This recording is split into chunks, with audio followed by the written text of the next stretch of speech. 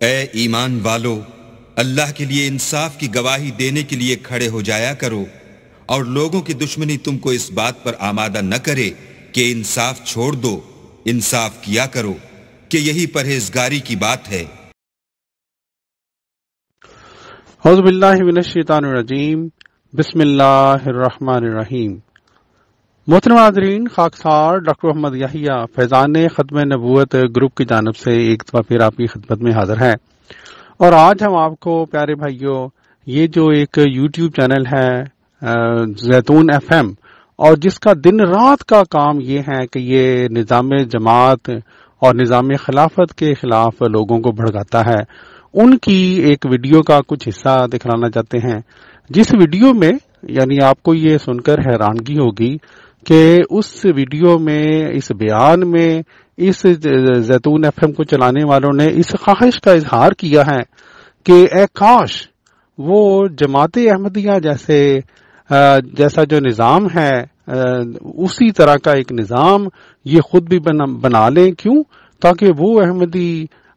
جن کو یہ ورغلا کر اگر مرتد کر لیں، اگر ان کو یہ غیر احمدی بنا لیں تو یہ ان کی دلجوئی کر سکیں، یہ اس نظام کے ذریعے ان کو سنبھال سکیں۔ بہرحال چلتے ہیں اس ویڈیو کی طرف۔ اب ان کا شیخ صاحب لائے عمل کیا ہو؟ شیخ صاحب دیکھیں، جماعت احمدیہ کیا کرتی ہے؟ ہمیں اگر قادیانیوں کو تالیف قلب کے لیے احمدی جماعت سے نکال کر اسلامی دنیا کے اندر لے کر آنا ہے تو ہمیں ڈٹو وہی اسٹریٹجی اپنانی پڑے گی جو جماعت احمدیہ اپناتی ہے اپنے ماننے والوں کے لیے، اس کے علاوہ چارہ نہیں ہے۔ دیکھیں میری بات سنیں، جماعت احمدیہ کے اندر رہنے والا شخص ہوتا ہے وہ بہت آرگنائز طریقے سے ٹریپ ہوا ہوتا ہے، اس سے اگر بہتر نظام نہیں تو کم از کم اس طرح کا نظام تو ملنا چاہیے نا وہاں سے نکلنے کے لیے، جس سے وہ واقف ہے، جس سے وہ واقف ہو۔ اب یہ ایک پوری کی پوری جو ایکس قادیانی ہیں پاکستان کے اندر، ان کو ایکٹیو کرنے کی ضرورت ہے اور ان کو آرگنائز کرنے کی ضرورت ہے کہ جن کے پیچھے سرپرستی جو باہر جیسے شیخ صاحب بیٹھے ہیں، دوسرے لوگ بیٹھے ہیں، ان ایکس قادیانیز کی بھی ہو جو ایکسپرٹ ہوں، اور اس کے ساتھ ساتھ مخیر حضرات کی net working who. Us net working کے نتیجے میں وہ ایک ایسا ڈسپلنڈ اور آرگنائز ادارہ قائم کریں، پاکستان کے اندر ایک ہیڈ کوارٹر بن جائے، اسلام آباد میں بنے کیپٹل ہے، یہ تو پنجاب وغیرہ کے کسی ایریے میں، لاہور وغیرہ میں بن جائے، اس ادارے کے اندر صرف اور صرف پورے پاکستان سے یا پھر پوری دنیا سے اگر لوگ آنا چاہتے ہیں، اگر انٹرنیشنل سٹینڈرڈ کا بنانا ہے اچھے طریقے سے، یعنی بالتدریج اس کو آپ آگے لے کے جائیں۔ جتنے ایکس قادیانیز ہیں، قطع نظر اس سے کہ مرد ہے، عورت ہے، بچے ہیں، بوڑھے ہیں، ایج کیا ہے، ان کے اندر پورا ایک نظام قائم کر کے ایک ہاسٹل، پورا ایک ادارہ بنایا جائے،